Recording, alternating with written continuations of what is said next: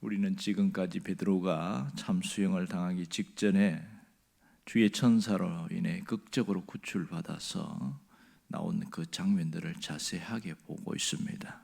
그는 마가 요한의 집에 와서 있는 형제들에게 또 인사도 하고 그렇게 안부를 전하려고 했는데, 의외로 거기에 있던 모든 사람들이 베드로가 온 것을 알지 못하고 천사가 왔다 이렇게 이야기합니다. 하지만 곧 이어 그들이 문을 열어줬을 때에 베드로는 그 집에 들어가서 간증을 하거나 그렇게 하지 않았습니다. 그리고 몇몇 그 사람들에게 내가 감옥에서 무슨 일이 있었는지, 또 주의 천사가 어떻게 자신을 이끌어냈는지 그 내용들을 자세하게 이야기를 하면서 듣지 못한 자들에게 가서 이 말을 전하라 이렇게 얘기하고 그가 다른 곳으로 갔다 그럽니다. 오늘 우리가 주목할 곳은 바로 이것입니다. 그가 떠나 다른 곳으로 가니라. 지금 베드로가 지금 떠나는 시각이 언제일까요? 한밤중이었어요. 어쩌면 새벽이 오기 직전에 그런 시간일 수도 있습니다. 잠시나마 눈을 붙이고 다음 날 떠나는 것이 훨씬 나을 수도 있는데 왜 이 야밤에 곧장 떠나는 것일까? 이런 의문점을 갖게 되지요. 그러면 다른 곳으로 갔다면 도대체 어디로 갔다는 말인가요? 베드로가 어디 다른 잠자리가 있고 준비된 곳이 있기 때문에 간 것일까? 여러 가지 생각을 하게 되어집니다. 우리식으로 이야기하면 어떤 면에서 다른 곳에 가지 않고 거기서 복음을 전하는 것이 훨씬 더 강력할 수 있습니다. 현대판으로 이야기하면 불의 사자, 탈옥을 하다 이렇게 간판 걸어놓고 현수막 걸어놓고 그렇게 하면 얼마나 사람들이 환호하겠냐는 거예요. 드라마 같은 연출을 하지 않고 베드로는 조용히 오히려 거기 남아있는 사람들에게도 얘기하지 않고 그렇게 떠나는 모습을 보게 됩니다. 왜 그랬을까요? 1차적으로는 그가 다른 곳에 떠난 것은 현재 마가 요한의 집에 남아있는 그 예루살렘 교회 성도들, 그들의 안전을 위해서라는 것을 알아야 합니다. 사실 베드로가 없어진 것을 보고 나중에 샅샅이 뒤지는 장면이 나와요.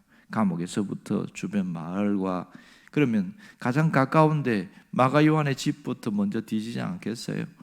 그랬을 때 베드로가 다음날 아침에도 버젓이 있으면 거기에 있는 숨겨졌던 성도들까지 어떤 위해를 당할지 알 수 없는 일입니다. 그걸 알기에 먼저 떠난 것이고요.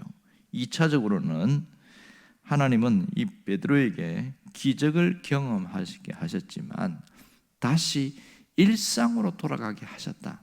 그것을 의미하고 있습니다. 하나님은 비상사태에는 비상한 방법으로 기적을 일으키지만 다시 일상으로 돌아왔을 때는 평범한 삶을 살아야 한다. 이런 부분을 보여주고 있는 것이죠. 놀라운 것은 이렇게 베드로가 자신의 그 감옥에 탈출하는 그 장면들을 막 광고하거나 떠들거나 하지 않고 조용히 떠나는 모습을 보면 그의 겸손한 모습을 우리가 잘 볼 수 있습니다. 그럼 베드로가 다른 곳으로 갔다고 그러는데 어디로 간 것일까요? 베드로가 향한 곳이 어디인지 구체적으로 알려주고 있지는 않습니다. 결국은 다른 곳으로 갔다가 베드로는 언제 등장하냐면 사도행전 15장의 예루살렘 공회 때에 그때에 잠시 나타나길 뿐입니다. 그는 이 다른 곳 사도행전의 초점에서 점점 사라지고 있었다는 것을 알게 됩니다. 혹자들은 베드로가 가이사랴 지방으로 가서 머물러 있었다 그런 얘기도 하기도 합니다. 하지만 이 베드로가 사실 다른 곳으로 갔다는 것은 사도행전의 역사의 무대에서 사라졌다는 것으로 볼 수 있는 것이죠. 어찌 보면 베드로가 사도행전의 역사에서 사라진다는 것은 심히 가슴 아픈 일입니다. 그 다음 바통을 누가 이어받냐 하면 바로 사도 바울이 이어받습니다. 사도행전 13장으로 넘어가기 직전에 12장 말미부터 보면 바울이 나타나기 시작하고 13장에서는 본격적으로 안디옥 교회가 바울과 바나바를 선교사로 보내는 이런 일들이 생깁니다. 이때부터는 모든 관심과 초점은 사도 바울에게 그렇게 방향이 틀어지게 있습니다. 베드로는 이미 온데간데 없어져요. 그러면 베드로가 그 정도로 별 볼 일 없는 사람인가? 절대로 그렇지는 않지요. 베드로가 어떤 사람입니까? 예수님의 첫 번째 제사라는 사실을 알아야 합니다. 그는 주님이 가는 곳에 함께 했고, 주님이 특별하게 3명만 데려갈 때는 항상 베드로가 그 자리에 있었어요. 야이로의 딸을 고칠 때도 다른 제자들은 안 데려갔지만 베드로는 데려갔습니다. 변화산에 올라가서 그 환상이 열리고 엘리야와 모세를 보여주고 하는 엄청난 일들 보여줄 때도 베드로가 그 자리에 있었습니다. 그는 겟세마네 동산에서 기도하러 갈 때도 주님 베드로를 함께 데리고 갔습니다. 그뿐만 아니라 이 가이사랴 빌립보, 황제가 있었던 가이사랴 빌립보에서 사람들이 떠나갈 때 너희는 나를 누구냐 하냐, 누구라고 말하냐 이렇게 했을 때 베드로가 놀라운 대답을 하지요. 주는 그리스도시요 살아계신 하나님의 아들이십니다. 이 엄청난 고백은 주님이 깜짝 놀랐어요. 이 고백은 네 생각에서 나오는 것이 아니고 성령께서 너를 통해서 역사하시는 것이다. 그리고 바요나 시모나 내게 복이 있도다 이러면서 뭐라고 이야기합니까? 너에게 천국 열쇠를 내가 맡기겠다. 이 엄청난 일을 이야기합니다.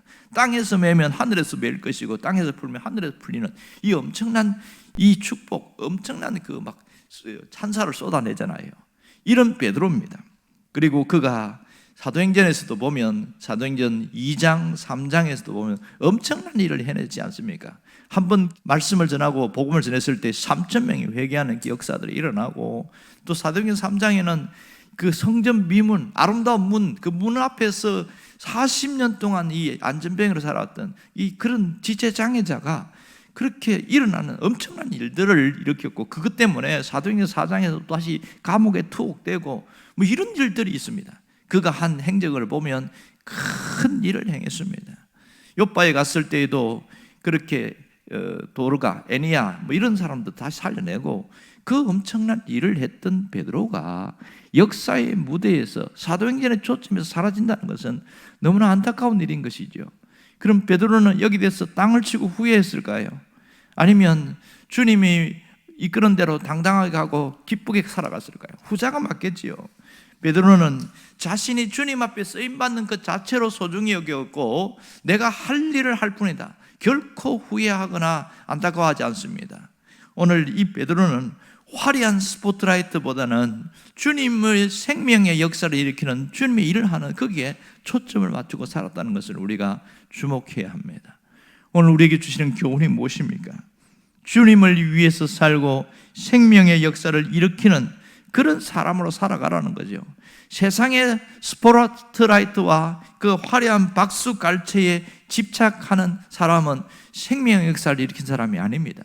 하지만 진정한 생명의 역사를 일으키는 자는 그 안에 주님과 함께하고 주님을 붙들고 사는 것을 기뻐하고 마지막까지 자기가 가진 사명을 잘 감당하는 것을, 그것이 자기의 본분이라고 생각하고 살아가는 것이죠. 우리가 그런 삶을 살아가는 겁니다. 생명을 가진 자는 생명의 부요함 속에서 그 생명을 누리는 자로 살아가게 되어집니다. 오직 주님을 위해 살아가는 것을 기뻐하는 그런 사람으로 살라는 것이지요. 하지만 세상에서 사람들은 어떻게 삽니까? 예수 믿는 사람도 이런 속에 포함되어 있겠지요. 세상에서 화려한 스포트라이트와 박수갈채를 받는 것을 사람들은 다 원하고 있어요. 그리고 사람들에게 인정받고 칭찬받는 것을 굉장히 좋아합니다. 이것이 일반적이니까요. 그래서 누군가 사람들 앞에서 자신의 좋은 모습만 보이기 위해서 치장하고 살아가는 것이 우리가 살아가는 현실의 모습이지 않습니까? 그러니까 남자는 면도를 하고 여자는 얼굴을 다듬고 그리고 좋은 옷을 입고 이 치장하는 것 다 뭐 하기 위해서입니까? 사람들에게 나의 좋은 모습을 보여주려고 하는 것이지요. 하지만 우리의 진정한 모습의 등 뒤는 우리가 할 수 없다는 것을 알 수 있습니다. 아무리 손이 좋은 사람도 등 뒤의 모든 것을 만질 수는 없어요. 이것처럼 사람이 참 모습은 앞에 있는 모습이 아니라 뒤에 있는 모습이다, 이렇게 이야기합니다. 손이 닿지 않는 등 뒤에 그 내면의 모습이 그 사람의 진정한 모습입니다. 어떤 사람은 겉은 화려한데 그 내면의 모습은 굉장히 초라한 사람이 있습니다. 어떤 사람은 초라하게 보이지만 내면을 보면 신중함과 그 묵직함이 있고, 사람 누구 이런 사람을 뭐라고 그럽니까? 진국이다, 이렇게 표현하는 사람이지요. 우리는 어차피 한 생애를 살다가 갑니다. 어떻게 살다 가느냐, 이것이 대단히 중요합니다. 무엇을 하고 가느냐, 이것은 굉장히 중요한 것이죠. 사람이 살면서 내가 주어진 자리에서 의미 있는 일을 하고 내가 하는 일에 가치를 부여할 수 있다면 그 사람은 마지막 한 번까지 살아도 그 사람은 아깝지 않은 삶을 살고 갈 수 있다, 그렇게 말합니다.